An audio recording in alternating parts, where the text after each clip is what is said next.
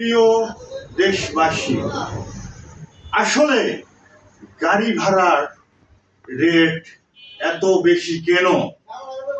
এই যে ছুটি হলো, গার্মেন্টস শ্রমিক ভাইয়েরা আজকে বাড়িতে কেন যেতে পারলো না? যেখানে 600 টাকার গাড়ি ভাড়া সেখানে 1400-1200 কেন? সরকারি লোক এটা নিয়ন্ত্রণ করতে পারে নাই, এটা আগেই নিয়ন্ত্রণ করতে লাগতো।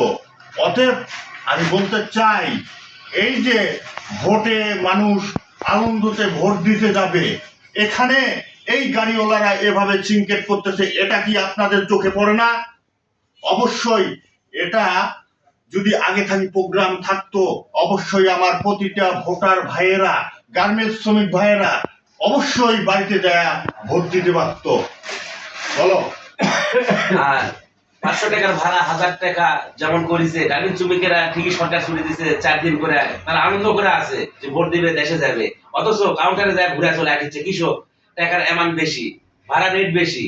এই জিনিসটা সরকারের কাছে আমাদের মিনতি জানাচ্ছি। এর আগে যদি পরিকল্পনা নিত যে রেট আগের যেটা ছিল ওরাই থাকবে, তাহলে গার্মেন্টস শ্রমিক সাধারণ লোক যা ভোট দেওয়া দেশে আনন্দ করে চলে আসতে পারতো। হাজার হাজার লক্ষ লক্ষ জনতা যেতে পারে নাই, ভোট দিতে যেতে পারবে নাই শুধু গাড়ি ভাড়ার কারণে। অতএব সরকারি লোকের কোনো সচেতন ছিল না, এই বিধায় আমাদের গার্মেন্টস শ্রমিক ভাইয়েরা ভোট দিতে যেতে পারবে না। ধন্যবাদ।